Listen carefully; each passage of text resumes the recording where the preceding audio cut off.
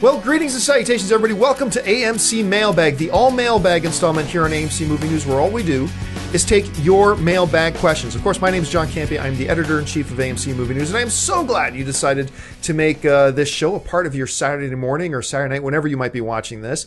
And listen, for those of you who know, I usually do this show alone and solo, but every once in a while, it's nice to have somebody come in and help me out. As you remember, a couple of weeks ago, a friend of mine, Jocelyn Polite, came in from the True Blood After Show to help me out with stuff. And today, I am once again not alone. I have my friend Kat Ensley, also from the True Blood After Show with Jocelyn. Kat, how you doing? Hi, everybody. I'm so excited to be here. Thank you so much, John, for letting me come. And hey, everybody, let's get all these questions answered. I'm really excited to join you guys today. It's always good when I don't have to. It's very lonely. I can understand that. In the AMC Movie News Studio B, sometimes all by myself. So, yeah, like I said, guys, we're just going to take your mailbag questions. And remember, you can email us anytime just by sending in your email questions to @amcmovietalk@gmail.com. Send those in 24/7.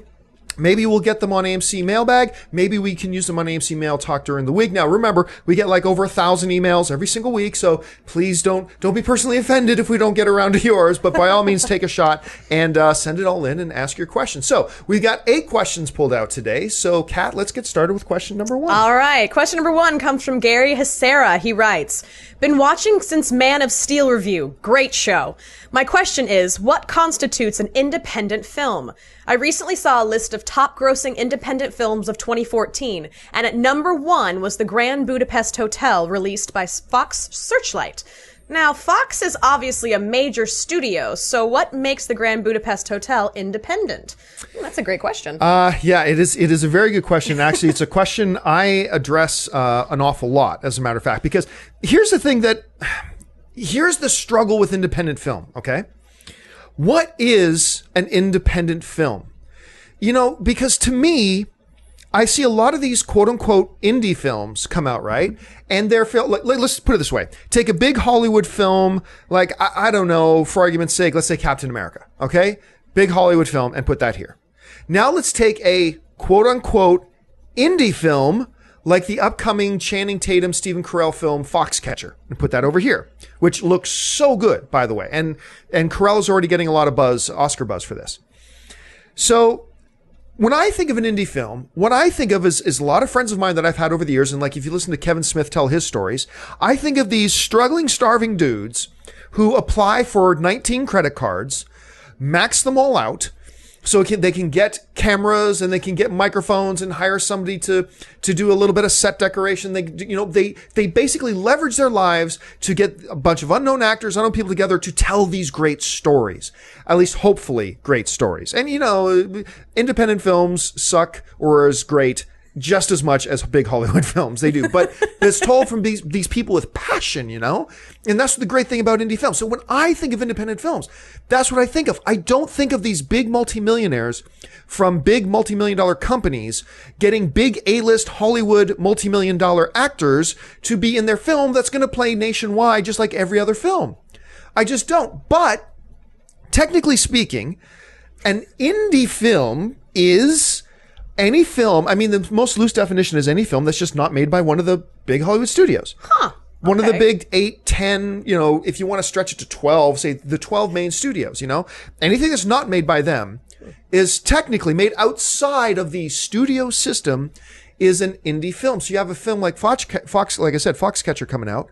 And so excited about Foxcatcher. It looks phenomenal. It looks amazing. It just played Toronto. It's getting huge buzz from a lot of people. It's actually, I think it might have played at Telluride as well. Anyway, it's getting huge buzz from people. Steve Carell is getting talked about for Best Actor. Love him. It looks so good, but is it an indie film? And when I look at it, I say no. Now, you were specifically asking about like Fox Searchlight. Here's what it is. An indie film is not defined by who the distributor of the film is. It's defined by who makes the film. So Fox Searchlight, it's actually Grand Budapest Hotel is not a Fox Searchlight film. It is distributed by Fox Searchlight. All the major studios, well, at least a lot of the major studios, develop sub-companies to specifically handle indie films. So Fox has Fox Searchlight as a distributor. So when they find an indie film they really like, they can acquire it, and Fox Searchlight distributes it, but they're not the producer of the film. Paramount has, I think it's Paramount Vantage, is that what it's called? Or Paramount, I think it's Vantage. It could be something else. But most of these studios will have a small sub-company that deals specifically with indie films. But what makes it indie is who produced the film, who made the film. And in this case, Fox Searchlight is not it. So I'm with you. I'm completely with you. When you say, wait a minute, how is this an indie? Steve Carell, Mark Ruffalo, Channing Tatum. Yep. How is this an indie film when, Clerks that Kevin Smith made for $20,000 on maxed out credit cards with a bunch of guys you'd never heard of before, that is also an indie film. It's a weird thing. I don't know how we fix this definitional problem. I just made up a word, definitional. I like that word, though. Definitional. Use it today if you can. People are going to be using this word, trust me, but I'm the one who came up with this definitional problem of what is really an indie film, because I don't think it should just be, well, as long as it's not Disney that made it, it's an indie film. When you got the big name directors, big name actors, big budgets, is anything else? It's just weird. But anyway, I hope that answers the problem. The reason Grand Budapest Hotel is considered an indie film is because it was not produced by Fox, but is being distributed by Fox's sub-company. Fox Searchlight was specifically made to handle indie films and indie film distribution. So I hope that answers that. I think that's kind of like a cheap thing, though, for the studios to do, because they already have billions and millions of dollars. Now they're like, we're just going to buy all the indie films and distribute them. You're welcome. But if you're an indie filmaker, then it's a very good thing. Fox comes along and says, we're going to, instead of your little movie that you made just showing in your local art house theater, we're going to put it on 500 screens across the country. You're ecstatic. I mean, that's how Jennifer Lawrence got discovered, because she did Winter's Bone with Northwest Arkansas, and she got an Oscar nomination for it because some studio picked it up. Yep, there you go. I mean, good job. All right, studios. so what's next? All right, next we have Stephen Perret. He writes, "Hey AMC, love the show, love you guys. Daily watcher since the Man of Steel review." That's a theme today. Oh, it is a very big theme today. My question is regarding the Winter Soldier's potential connection to the new Ultron. Spoilers. In the Jersey Bonker scene with Zola, we learned through him that HYDRA has found a way to transfer a man's consciousness to a computer. I think the scene was there to provide a bridge to the creation of Ultron, who, in the book, is a computer modeled after Hank Pym's brain pattern and consciousness. Could it be how Stark creates Ultron on top of HYDRA's tech? It's really interesting is somebody else brought up on AMC Movie Talk on Thursday, and somebody asked a question, hey, it says in the official synopsis of Avengers 2 Age of Ultron that Tony Stark picks up on an old abandoned peace program. Could it be possible? Because remember, in the comic books, Hank Pym, Ant-Man, is the one who creates Ultron, but in Avengers, it's going to be Tony Stark that creates Ultron. So there's a bit of a departure from the comic continuity. But what somebody asked in Mailbag on AMC Movie Talk earlier this week was, since he's building on an old abandoned program, could it be that Hank Pym, who in Ant-Man is going to be played by Michael Douglas? Oh, that's awesome. Could it be, isn't that great? Could it be that the program that Tony Stark is picking up could be an old Hank Pym program? That maybe Hank Pym started years ago. And that then kind of piggybacks on this new question saying, well, wait a minute. In Winter Soldier, Zola was the consciousness of Zola transferred into a computer. Could that be built on the same technology that maybe Hank Pym used back then, but they couldn't perfect it, blah, blah, blah. I'm going to say this. I don't think that the Russo brothers made that scene with Armin Zola specifically to reference into Age of Ultron. But it's a very interesting theory because it fits. Now, just because it fits doesn't mean that's necessarily where it's supposed to go, but and that's what she said. Anyway, it fits, right? That theory you're proposing does fit into the chemistry and to the overall direction that they seem to be going. So, do I think that the technology used to put Zola into the computer is going to be what's going to be the basis of, Ultron? I don't. But I think it's a possibility, and I think it's an interesting theory. Now, that then brings up the question. Let's say, for argument's sake, that is what they're doing. Okay, so whose consciousness is it that they're putting into Ultron? So we know the Ultron is being played by James Spader. So I don't know if they're going to say that James Spader is a pre-existing. By the way, I love his new show, Blacklist. Oh my gosh, it's amazing. I love that show. It's so good. Yeah. He's so good. He's good in everything. I've been a huge James Spader fan since he did this old, and I was, I was a kid, so obviously I liked it because it was dirty. But this old movie he did called Crash. Do you remember that? Yep, I do actually. I've seen that movie. Very different Crash from the one that won the Academy Award. Those Very are different. Two different films.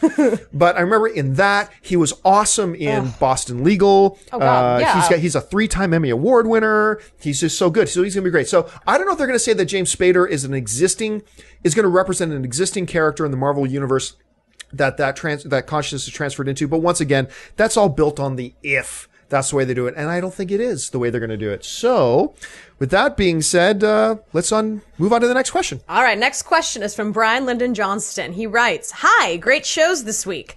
With The Man from U.N.C.L.E. release date moving from January 2015 to August 2015, does this show the studio has more confidence in it? I remember a few weeks ago, January was referred to as the place where movies go to die.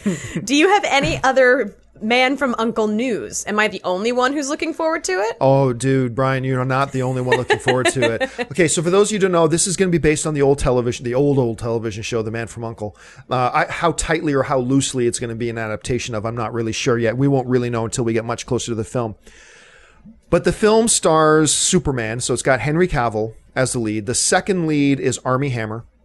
Now, Tom Cruise was attached to be in this with Armie Hammer. Really? Was he attached? Wait, was it Tom Cruise and Armie Hammer, or Tom Cruise and Henry Cavill? Anyway, it was Tom Cruise with one of those two guys. Tom Cruise and somebody. And then what happened was they said, Tom Cruise decided, we're going to move ahead with Mission Impossible 5.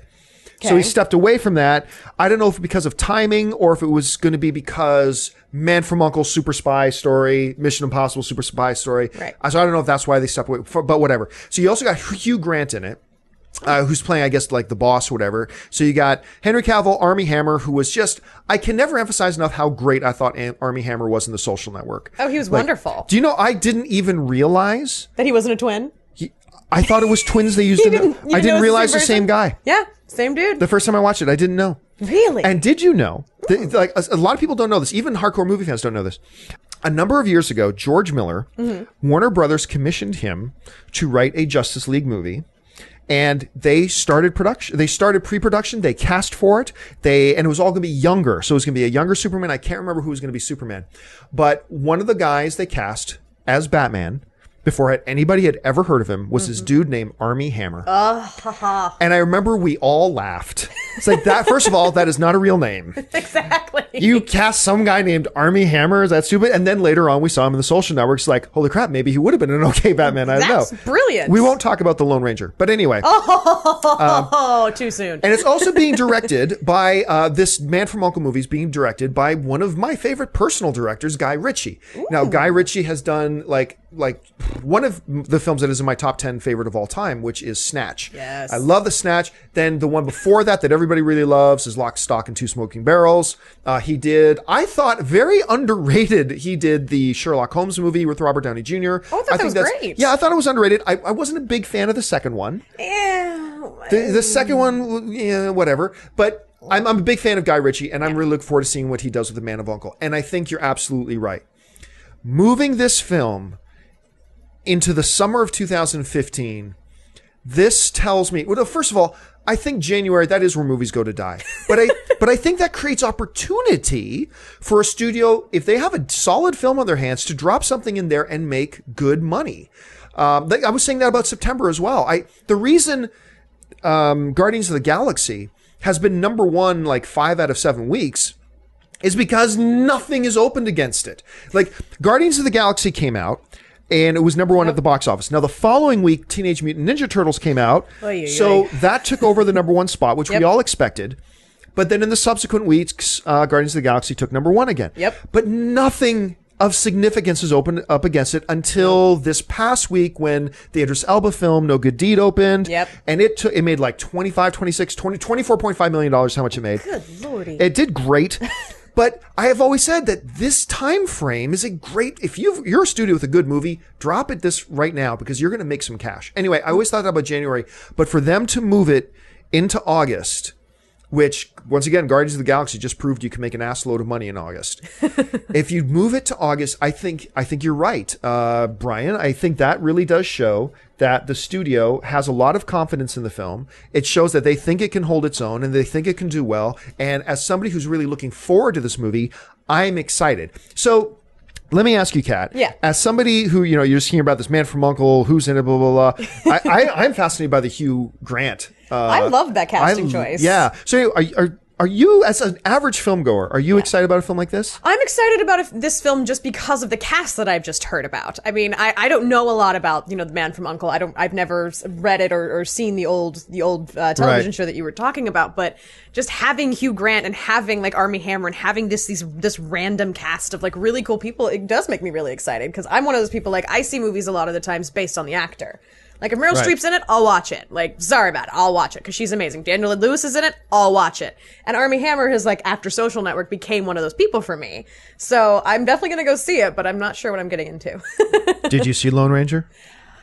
No. Well, you know what? Good, I did not waste my money. Good for you. Armie Hammer or not, good for you. All right, what's next? Let's say I'm poor. Okay. Aman Bahar writes, Hercules 2014 has made a modest $210 million at the box office. I hate that that's modest. Oy, oy, oy. With a $100 million production budget. Seriously, $100 million, people?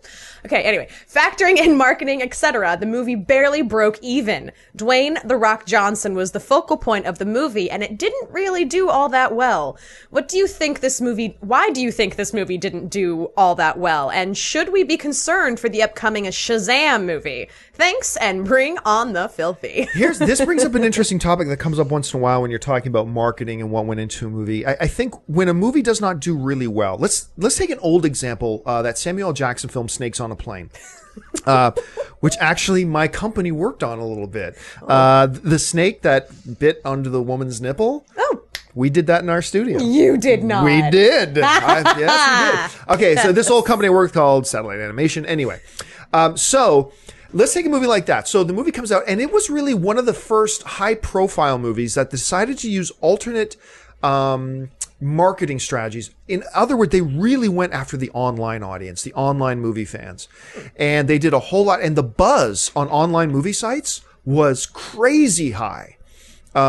Crazy high. And everybody's talking about, as long as Samuel L. Jackson says, get these mother effer snakes off my mother effer plane, it's going to be awesome. And sure enough, they made sure you knew that he was going to say that. Not until the end of the movie, though. Yes, not till the end. You had to sit through the whole thing until so you could hear him say that. Until he finally did what he was going to do. Yep. But still, it was worth it when he did. Exactly. So here's an example. Now, the movie comes out, though, and it does not do well, and it bumps. So what happens is the first reaction that people have is they ask the question, was it the fault of the online marketing strategy? Is that why the movie failed? See, clearly you can't market these films online because it'll fail. And we get the same kind of reaction when we look at a film like Hercules with Dwayne "The Rock" Johnson. We say, oh, well then Dwayne "The Rock" Johnson can't draw in an audience. But really the question you need to be asking, and I brought this up years ago when Snakes on a Plane came out. I said, the question shouldn't be why didn't it do well? The question is, if Snakes on a Plane did not go after the online movie audience, how much worse of a bomb would it have been? So I believe that we were asking the wrong question at the time. I think the real question was, I think the movie made like $21 million or something like that. I have to look it up again. But I remember thinking, if you didn't attack after the online movie going audience, that movie would have made 11 or 12. It would have bombed worse. Look, this new Hercules movie is clearly an awful movie. It looks bad. The trailers were pretty bad. And the only thing it had going for it, I mean, you had a director attached to it that nobody wanted to have attached to it, and you had The Rock. And that was the only thing that movie had going for it. They abandoned everything about Hercules that makes Hercules who he is. He's no longer half god. He's not the son of Zeus. He's just a mortal guy who's got a good reputation. So they gutted the character of Hercules. I put a pretty good cast in it, but they just butchered the story. It's an awful movie, and the only parts of it that are watchable, and it was when it's The Rock on screen, being The Rock, smiling and kicking ass. I mean, that's what he does. So the question we should be asking is not, hey, why did it only make $210 million? The question we need to be asking is, how much would this movie have made if it wasn't The Rock in it? If you had these trailers, like, would you have been at all interested in this movie if it was, I don't know, pick any actor, Val Kilmer as Hercules? Oh, God, no.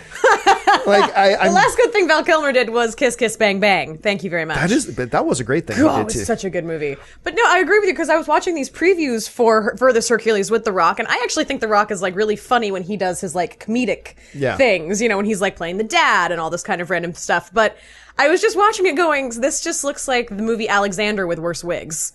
Like, you remember the Colin Farrell, like Angelina Jolie, horrific Alexander? Yes. I was literally watching it like, this looks like Alexander with terrible wigs. Like, this is ridiculous. So it was a terrible movie, but The Rock was actually, when he was on screen, I saw it with my friend McGuffey, and we walked out and said, you know, the only time that even made it worth watching was when The Rock's on screen because he's got such huge on-screen charisma. He does. And he makes it watchable in points. But I'm telling you right now, what the Rock factor was here was it took that movie from maybe making 90 million to making 210 million. Let's not forget too that the period of time when the Fast and the Furious franchise made a huge jump in its international income and its worldwide income, including North America, was in the Fast and Furious that The Rock joined. As soon as they started marketing that The Rock's in it, boom, the box office was the biggest they ever had. And you know, after that happened, they were going to make sure he's in every Fast and Furious movie now moving forward. So once again, I understand the question because our natural reaction. Rock stars in a movie doesn't do really well. Was it The Rock's fault? The real issue here is, what would this awful movie have made if it wasn't The Rock in it? And if it's less than 175 million, then you got to say Rock made a huge impact in drawing people in to see it. Because remember, this doesn't look like a movie that a lot of people want to see, especially coming off of I want to say Ian Klutz. It's not Ian Klutz. It's Kellen Lutz. Kellen Lutz. Ian there it is. Klutz. I don't know where I got Ian Klutz He should from. name his firstborn Ian Klutz now. Ian Klutz. But remember, just a few months before that, Kellen Lutz awful Hercules movie came out. Terrible. So, I mean, I think there was already a bad taste in people's mouths. They gutted the Hercules character. They did all that kind of stuff. And so you're left with a movie that nobody wanted to see, and nobody did see it. But because The Rock was in it, I contend because The Rock was in it, it broke even instead of losing a whole ass ton of money. So that's fair. That's my answer to that. All right, what's next? All right, next we've got a question from Douglas Truman. He writes, I only recently found your show online and have gone back almost a year's worth to watch. Wow, Damn, thanks, Douglas. You got some fans, man. All right, you're completely addicting. Okay, since watching the Comic-Con panel for Age of Ultron, something has continued to irk me. I got the impression that James Spader doesn't care about this world and was only there because he had to be. My question is, with comic book movies getting as big as they are and making as much money as they are, do you think that actors will want to start getting into them for the money and eventually lead to actors phoning in their performances and maybe hurting the genre that took so long to become viable? Totally fair question. But let me start the answer by saying this. I told this story a few weeks ago when I was meeting with Michael Douglas to talk to him about Las Vegas, which I think is a terribly underrated film. It's so cute. I love it. I like Las Vegas a lot. It. As a guy who goes to Vegas like 7 or 8 times a year, lucky. Vegas became a character in that movie. Yep. I've never seen a better capturing of the spirit of Las Vegas, oddly enough, than Las Vegas. I thought it was really cute. Anyway, great. Watch it. This was also when I did the infamous what do you call it when I left Robert De Niro hanging? When I shunned Robert De Niro? You left him hanging. I started to walk out, and he got out of his chair, reached out his hand to shake my hand. I've seen this picture. It's actually, true. you know, I'll pull up the picture right here. So he's and you know the funny thing about that is you gave him a diss. I dissed Robert De Niro. He dissed Robert De Niro. It's funny because I got back from Vegas after doing the junket for that, and I gave the cards to Dennis Zen, who was our production manager, to edit. And later that night, my phone rings, and it's Dennis. And I answer the phone. It's like, "Hey, Dennis, what's up?" He goes, John, are you sitting down? I'm like, yeah, what's up? He goes, you totally shunned Robert De Niro. I'm like, what are you talking about? He goes, I need to send you a small video clip. I'm like, all right. And he sends me the video clip of me completely ignoring, and I'm walking away, and Robert De Niro's just got his hand out waiting to shake my hand. Anyway, the greatest thing ever. Why did I bring that up? Oh, yeah, this is why I brought that up. Okay, so in that interview with Michael Douglas said something that I think every film fan needs to hear and understand. We really romanticize the idea of the job of acting. Mm-hmm. But when it comes down to it, it's a job. It's what people do to earn money, to earn their living and stuff like that. And Michael Douglas said, look, He looked, because I was asking him, what made this film appealing, blah, blah, blah, blah. He said, look, man, he goes, I am an actor for hire. And that's what they all are. They're actors for hire. So when people say to me, you think that actor just did it for the money? Dude, I'm telling you right now, every actor has always done it for the money. Why? Because you go to work in the morning for the money. I go to work in the morning for the money. Everybody who goes to their job. You don't think the rest of us in this world would rather wake up at the crack of noon, be in our boxer shorts, drag ourselves to our recliner, and play Xbox all day? That's what we would rather be doing, but we don't. We drag ourselves into the stupid shower, we put on our stupid clothes, and we go to our stupid jobs. Don't get me wrong, I love my job, but we go to our jobs for the money. Mm-hmm. We get paid to go and do what we do. So I'll never understand this mentality that some people have and say, and this negative connotation that actor just did that role for the money. It's like, of course they did. Of course they did. And look at the guy that we all really love. One of the guys we love in our comic book movies right now, Robert Downey Jr., right? Robert Downey Jr., you think he loves playing Iron Man? Sure, he loves playing Iron Man. Absolutely, he loves playing Iron Man. But don't look me in the face and tell me he doesn't do it for the money. Remember, he was holding out on Marvel just a few months ago, saying, I'm not going to do Avengers 3 or Avengers 4 unless you meet my new contract demands, asking for, however, tens and tens and tens and tens of millions of dollars. So don't look me in the face and tell me he ain't doing it for the money. Of course he's doing it for the money. And you know what? We shouldn't look down on him for it. Now, I was a little bit upset with Robert Downey Jr. because if it wasn't for Marvel, giving him Iron Man, his career was in a shambles. He wouldn't be as popular as he is today without it. I thought he should have showed a little bit more loyalty. But if it's your job, you get what you think you're worth. You go after what you think you're worth. And on that level, you can't fault Robert Downey Jr. Now, getting back to the specific question about him being on the panel, and it didn't sound like Spader was all that excited about playing Ultron. Remember this too, Comic-Con panel is a nerve-wracking experience, even for the most seasoned and experienced of public figures. Because a lot of these actors, they're on a set with, a certain number of people, not a lot though, and they get on camera and they do their thing. Comic-Con is about getting up on a panel with bright lights on you in front of thousands and thousands of screaming fans. I mean, we had James Gunn, the director of Guardians of the Galaxy, in our studio a couple of months ago. And we were back in the green room getting ready to come out, and he didn't realize we had a live studio audience coming in for it. Oh. And he just kind of froze for a second. And Chris Pratt, who's back there with us, he starts giggling, goes, man, James doesn't like being in front of an audience. We're like, really? And James Gunn is like, no, man, seriously, I don't do well in front of audiences. That's adorable. And that was even just 40 or 50 people in a live studio audience. So you get these people who are totally like that. But I remember reading, they said the number one fear of all Americans is public speaking. Mm-hmm. The third, Seinfeld made a joke about this, the third on the list was death. So Seinfeld made this joke, was saying, so if you're at a funeral, they would rather be in the coffin than giving the eulogy, which is kind of funny. So you take a guy like Spader and say, now put him up on a platform. Remember, Spader has always done great artistic work. He's not used to being in these big fanboy films. Mm-mm. So don't judge what he feels his attitude is towards this movie or anything like that by how they might have come across on a huge the biggest panel in the world for geek culture, in front of thousands and thousands of people. And if he came across as a little aloof, I wouldn't read into that and I wouldn't mind it. Don't worry about it. Now, onto the last part of your question, when you're asking, hey, if actors just start doing this for the money, could that, will they then just start phoning it in? If an actor is professional, they won't. Look, Morgan Freeman right now is taking every movie people offer him. Yep. We just sent Amy Rose Eisenbach to interview him for Dolphin Tale 2. Yes, Dolphin Tale 2. And she asked him, so what was the draw of this movie? And he said, we've got this on film. He said, for the money, money, money. That's what he said.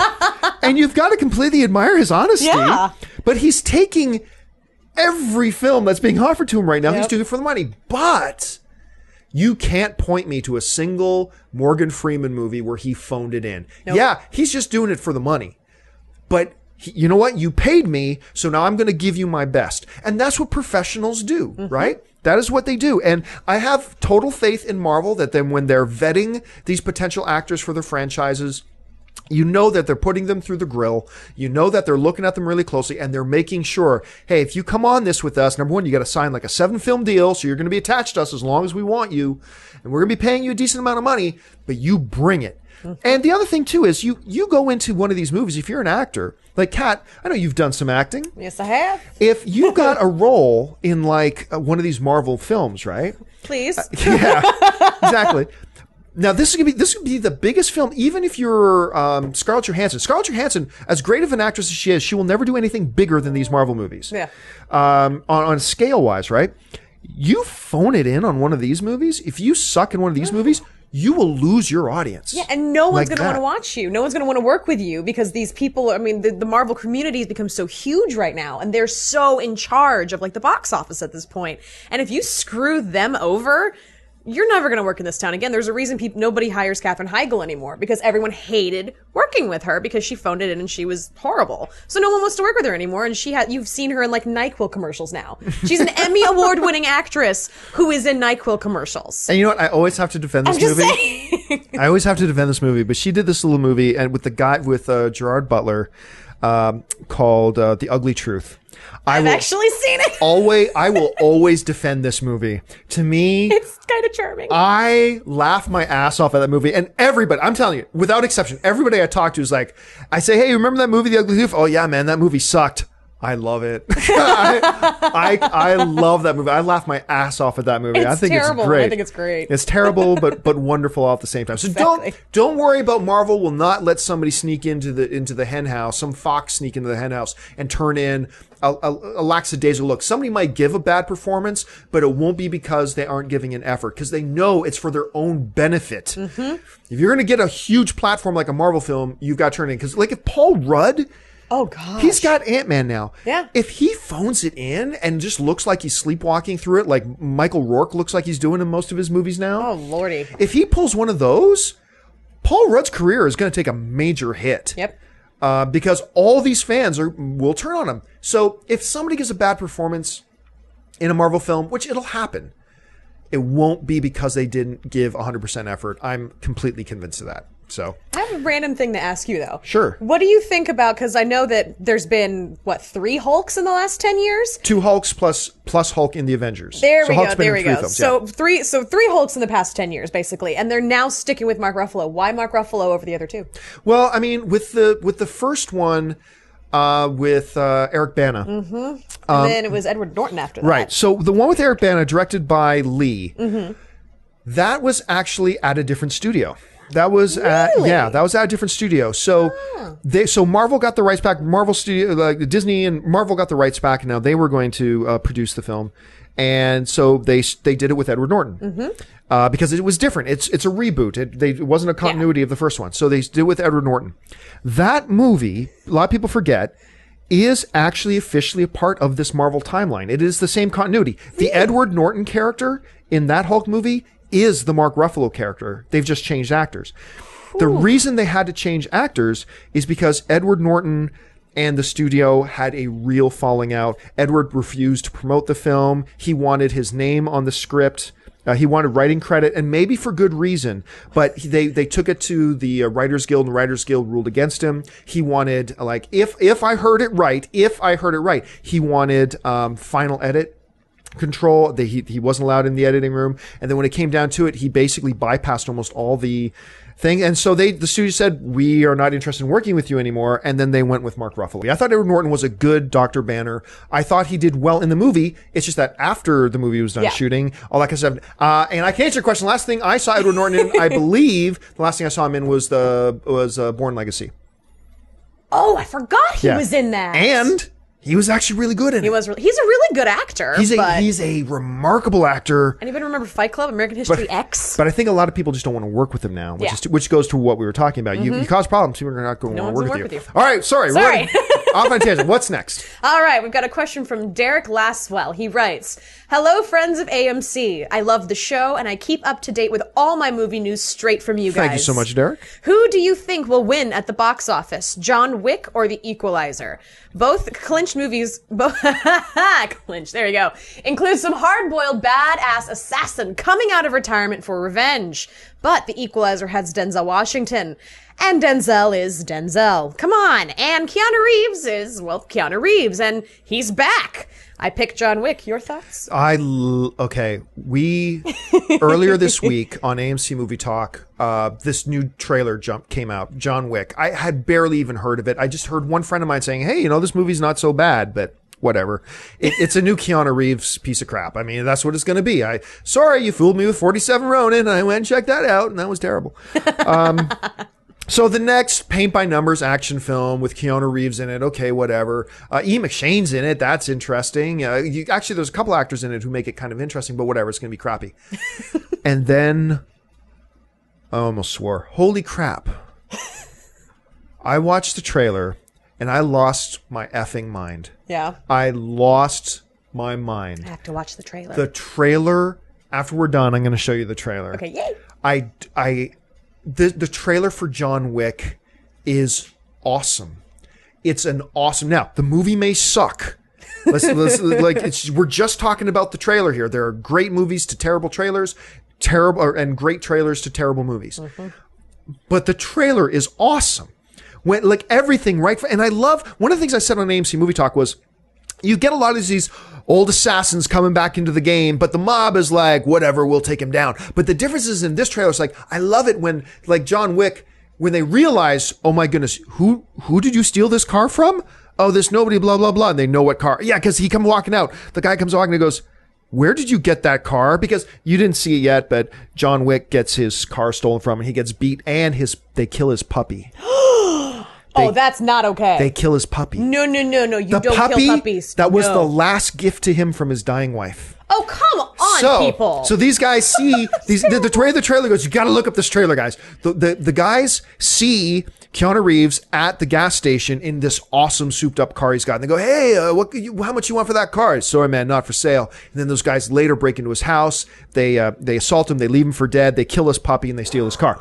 So then these guys take the car to the mob's hack shop, right? And as soon as the guy who's the head of the hack shop sees the car, he has this look on his face and he looks at them and goes, where did you get this car? Oh, no. And then as soon as they find out, they beat the guys who took it. And like the head mob boss comes and goes, it's not what you did, son. It's who you did it to. Because now they know. Now the mob is scared because they know John Wick is going to come for them. And then it just goes crazy. This trailer is awesome. That being said, Equalizer will win the box office because it's Denzel. Yeah. And Keanu Reeves, look, nobody went to go see 47 Ronin. Nobody went to go. Keanu Reeves has to rebuild his career. And look, I've always said this about Keanu Reeves. I don't actually find Keanu Reeves to be that strong of an actor at all. But when you put him in the right kind of role that can fit him, look, Matrix. That was lightning in a bottle. That was perfect for a guy who can go, whoa. Like you put him in that movie. That's a perfect fit. It is. Right? And it looks to me like John Wick is the perfect fit, again, for Keanu Reeves. I'm excited for this movie. It's good. I think man, I don't know what's going to be a better movie, but Denzel's Denzel. People trust Denzel. People know Denzel. And Equalizer is, while it's an old TV show, it is still somewhat of a quasi-recognizable brand name. So I gotta go with Denzel. But which will be the better movie? I don't know. I know which one had the better trailer.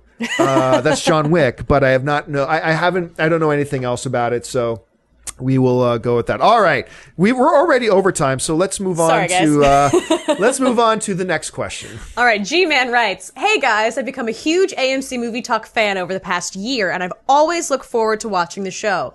I was wondering about two Terrence Malick films that were shot a couple of years ago. They have my favorite actors attached, Christian Bale, Michael Fassbender, and Ryan Gosling. These two films have flown completely under the radar considering the notable talent involved. I don't understand how some movies get shot but remain in limbo for years after filming and post are done. Terrence Malick films take forever to come together, sure, but isn't there some obligation to the people who finance the movie for a release deadline? Have you guys heard any movement on these projects? Thanks, and keep growing the show.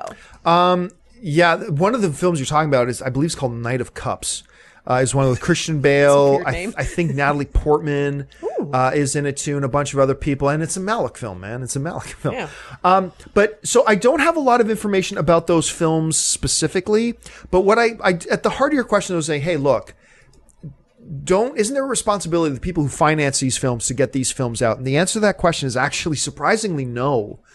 There is normally, now unless Paramount will often produce, finance, release their own films. I mean, so it's all in one house. But a lot of times what happens is some producers and some production company make a film, then a distribution company will buy the rights to distribute the film, and then they will distribute it as they see fit. So what you've got is a situation now. Well, let's take a look at the film Stretch. We talked about Stretch not too long ago. It's got Chris Pine in it. And I can't remember who the other star is in it right now. I'm going to actually pull it up because it's going to drive me crazy if I don't. Anyway, the thing about Stretch was it was supposed to be distributed by Universal. It was directed by Joe Carnahan, who also directed he directed a lot of stuff, but most notably recently the Liam Neeson film where Liam Neeson fights the wolves. The Grey. The Grey. Thank you. You're welcome. So Joe directed The Grey, so made this movie called Stretch. Supposed to be distributed by Universal. It's got Chris Pine, and the other guy is it Jason Patrick? No, it's Patrick Wilson. I knew Patrick was in there somewhere. Nice. Patrick Wilson. It's also got Ray Liotta. It's got Jessica Alba as well. So it's about this dude who gets a stretch limousine and things go wrong between the driver and the client. And it leads to a wild action night, okay? So it's got stars. It's got a reputable filmmaker. They made the film. Universal's supposed to distribute it. But what happened is that Chris Pine's had a movie come out at the beginning of the year, did not do so well. And suddenly Universal thought, this movie is not worth releasing. We don't feel confident releasing this film. And so they went to the producers and the filmmakers, the people who paid for the movie and financed the movie, and said, yeah, we bought the distribution rights from you, but we're not going to distribute this movie. And what Universal did say is that we are releasing you to go and shop it around to other distributors. Go ahead. So they did. No one else bid. No one else wanted it. So then the rights came back to Universal. So getting back to the question isn't there like an obligation to the people who finance the film? The answer is actually no. It is the distributor's call on whether they're going to distribute it or not. Nobody can make them distribute. They can buy the rights to distribute it. Now, I'm sure there are unique situations, and every situation is going to be unique, and they'll have their own special sets of parameters and certain clauses in the contracts that maybe, okay, you buy the distribution rights, but you guaranteed to release the film in X number of screens. I'm sure that happens, but generally speaking, it's up to the distributor what they want to do. So, but don't worry. The Malick film will come out when they feel the time is right. And it's a lot of times with these distributors is about timing it right and putting out when they think they can get the maximum value for it. Because remember, they're releasing these movies to make as much money as they can. And that's totally understandable. It's business. Great. Sometimes that means a film has to sit on the shelf, like that Chris Hemsworth film, Red Dawn remake. You know, that sat on the shelf for years. Yeah. That literally sat on the shelf for years, and they didn't release it, and they waited, and they waited, and they waited, and then suddenly this dude who was an unknown when they shot it, Chris Hemsworth, is now a big star. Mm-hmm. Now we release it, and it made some money. And didn't it have just Josh Hutcherson from The Hunger Games in it? It had Josh Hutcherson. It had... And so now you have two bankable stars that weren't bankable 6 months ago. Yeah, now it's a movie you can release, and it'll make more money now than it would have before. Oh, yeah. And so it's all about timing sometimes. So yeah, that's what it comes down to. All right. Oh, actually, you know what? That was it. Oh, wait, no, we have one more. That's one more? Yeah. Island? Look at that. I stand corrected. Okay, there is one more question. I thought that was the last one. Oh, all right, one more. Let's get to the last question. All right, Dr. Dane writes, I've been hearing information about the Joe Cornish directed film about Skull Island for Legendary Pictures and got a little confused because I remember reading a while ago that Neil Marshall, director of the awesome movie The Descent, was also attached to a Skull Island movie titled Skull Island: Blood of the King. I say bring on the Neil Marshall movie instead. Okay, so a couple things about this. We talked about this the other day. I wrote down some notes here. So, cool. Number one, Joe Cornish, who directed Attack the Block and then was rumored for a long time to be the front runner to direct the new Star Trek 3 movie, which now we know Roberta Orci is directing. Joe Cornish was attached for a while to direct a new King Kong movie for Legendary Pictures. However, It came out last week when they announced that Tom Hiddleston has come on to lead that film. He will be the star of Skull Island. Ooh. That they also have a different director. And they got a director who directed this film called Kings of Summer, which is an indie film, which you should check out if you get a chance, called Jordan Voight Roberts. And now he is directing. And I know if you go to IMDb, it still says Joe Cornish, but I believe Voight Roberts is now actually the director of record for Skull Island. Now, regarding the Neil Marshall Skull Island Blood of the King, I believe that project was scrapped because it was also Legendary Pictures. I believe, and please, if you have actual information to contradict this, please put it in the comment section. I'd love to know. But my understanding is that that project was just canceled and scrapped, or at least it evolved into something else that is now Skull Island. And if you know anything about me, you know that The Descent is my number 1 or number 2 all-time favorite horror movie, along with American Werewolf in London. It is, I love that, and it's easily my favorite horror film of the last 10 years. I love The Descent. Neil Marshall does such a great job on that. However, let's not forget that The Descent was a while ago. And he has since made Doomsday, which was not good. And he also directed Centurion with Michael Fassbender. I don't know how you make a film with Michael Fassbender in the lead and not have it be very good, but it wasn't very good. So at this point, I will take the director of Kings of Summer. And I would have taken Joe Cornish over Neil Marshall too. Now, don't get me wrong. I'm not saying I'm not interested in seeing a Neil Marshall film anymore. I absolutely am. But if you're saying, who do you hand this new revitalized King Kong kind of title to? I'll go with, Voight Roberts or Joe Cornish over Neil Marshall. Did you ever see The Descent? I did, actually. I saw it a couple months ago after you were talking about it. Oh, really? Yes. Okay, see, I have influence. See? And I don't watch scary movies. He's the only person that has gotten me to watch scary movies, like literally. Well, my sister once, but, that doesn't count because she's family. I love that movie. I think it's so really freaky. Good. So claustrophobic, so good. But anyway, folks, we've already crossed the 45-minute mark. Sorry, guys. So thank you so much for joining us today for this installment of AMC Mailbag. Once again, don't forget, if you want to get your question on, you can email us anytime at amcmovietalk@gmail.com. Also, don't forget, lots of great theaters playing in AMC theaters right now. Head on over and get your tickets at www.amctheaters.com for your theater showtime and, of course, your movie ticket information. Make sure you click the thumbs up button on this video. Subscribe to AMC Movie News' YouTube channel. And, I have got to thank the delightful Kat Ensley for being here today and helping me out so it's not just me. Kat, where can people find you online? You guys can find me on Twitter and Instagram, just at Kat Ensley. It's very easy. I'd love to hear any questions, comments, concerns, anything you guys have. It was so much fun, John. Thanks for having me. Thank you for joining me today. It's always nice when I don't have to do this by myself. Yay. And of course, guys, you can find me on all the various social media networks, just at John Campia. That's on Twitter, Facebook, or Instagram, wherever you want to find me. So thanks a lot for joining us, guys. My name's John Campia for AMC Movie News, and until tomorrow, bye-bye.